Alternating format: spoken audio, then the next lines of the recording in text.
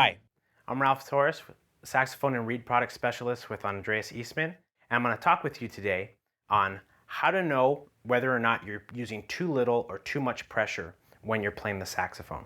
There's a general rule, although there is some debate amongst some players as to what note you should be playing on the mouthpiece by itself, but there's a general consensus that on alto saxophone you should be playing in a concert A, 880 hertz A, and what that means is that is the A that is 1 octave and a sixth above middle C on the piano.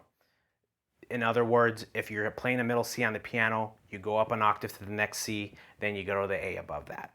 Also, what you can use is a tone generator that you can find on most tuning machines. Personally, I use my smartphone, my iPhone, I use an app called ClearTune. It's a very good tuning app, but it also has a tone generator. So here is A at 880 hertz.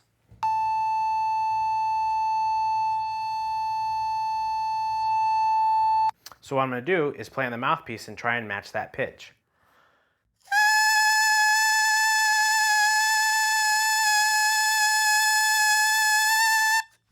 And sometimes I'll just go ahead and do the tone and play along with it to make sure I'm matching it up properly.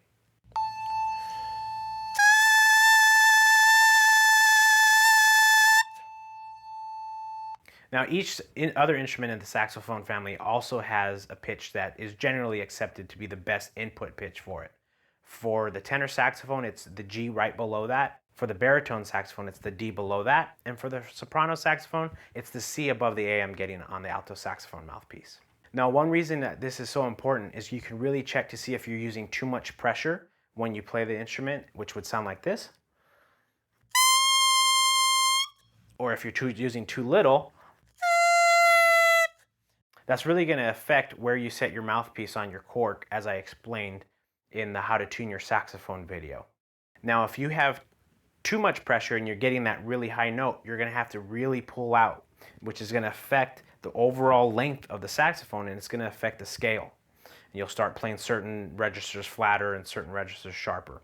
Now, if you're playing too loose, then you're going to have to push way in, and again, that's going to affect the overall length of your saxophone, and you'll also play sharp and flat in different registers of the saxophone.